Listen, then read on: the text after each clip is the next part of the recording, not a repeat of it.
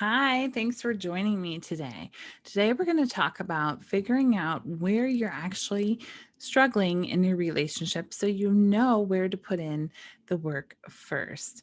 My name's Beth Rowles, and I'm a relationship coach for really dedicated, driven moms who are not so happily in their marriage, but are determined to save it because they want to save their children from the trauma of a divorce. I help you use your relationship as a feedback loop to grow and understand you more deeply so you can create the relationships that you want. So, welcome. This is from the Quantum Love quiz in the book Quantum Love by relationship expert Dr. Laura Berman.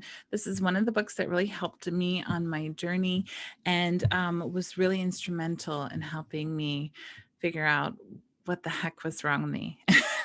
Not wrong with me, but really the biggest thing that this book helped me do was get me back into my body and really take control of my energy and understand how much it affected my relationship. It's critical work. I've created a framework off of it called the Quantum Love Journey and take my clients through that now. So, one of the first things that you want to do is understand where in your relationship you're actually struggling. Because I think when we're in it and even when we're ready to divorce, we just kind of think it's just yucky. I just hate his face. I'm just over it. I just want a peaceful home. I'm tired of fighting. We tend not to take a more specific look at where exactly the struggle is coming from, where exactly we go into what we call ego frequency, where we're down at those lower level emotions and actually need to do some work, but we're just kind of confused. We just think, oh, he made me angry. And that's it. He's the problem. Instead of going, oh, something that's happening here made me feel anger, and I need to figure out what that's about because I could take some action differently, do something different next time to prevent this from happening. Somehow I'm letting this occur and not even realizing that I'm letting it occur. And in some cases, I'm even creating it and not aware that I'm creating it. There's many reasons for that. It usually has to do with what you grew up with, what you saw your own parents do, and we just repeat the patterns because they modeled for us something that didn't work for them, and that's all we know. We didn't have that good model of relationship and love and communication, but we have the opportunity now to do that for our children, to model healthy relationships for them. So let's go through. What did I say? There's 1, 2, 3, 4, 5, 6, 7. She's got 7 areas to really focus on to understand what part of your relationship is causing you grief.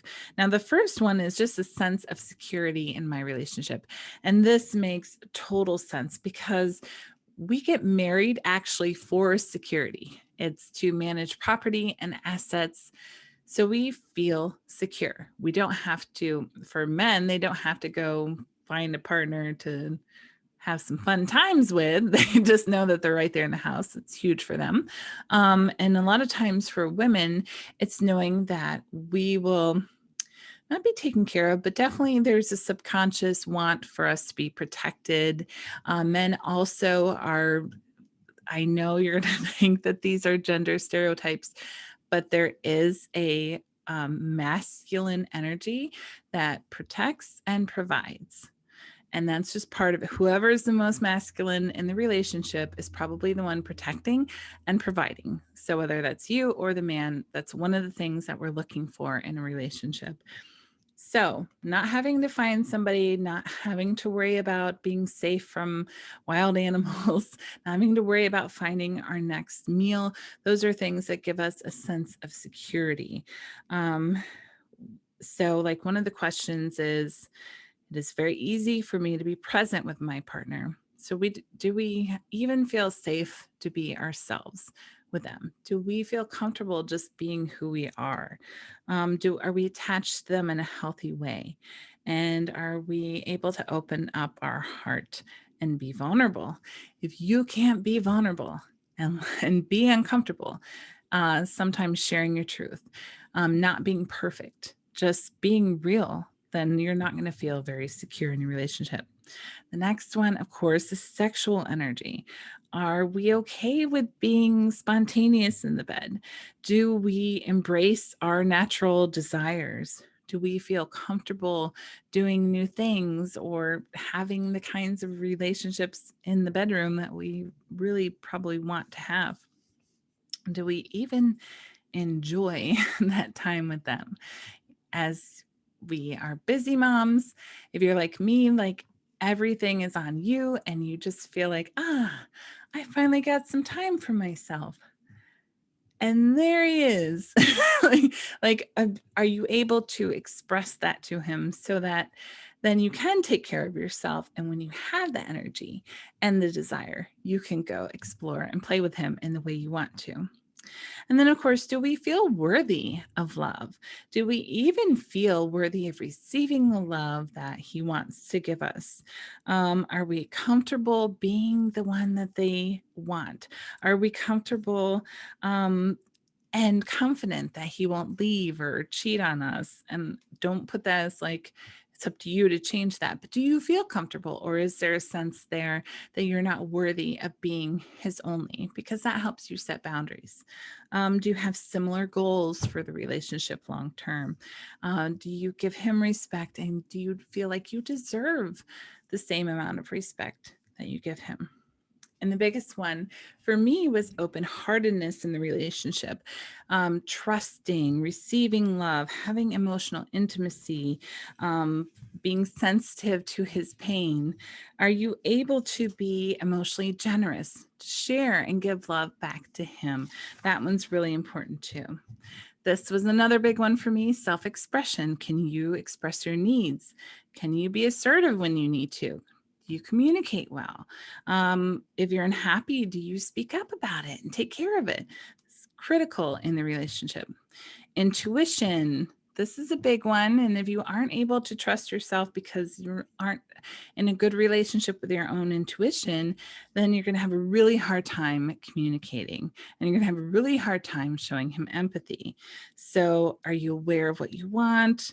Can you sense when your partner's lying or in trouble or needs help?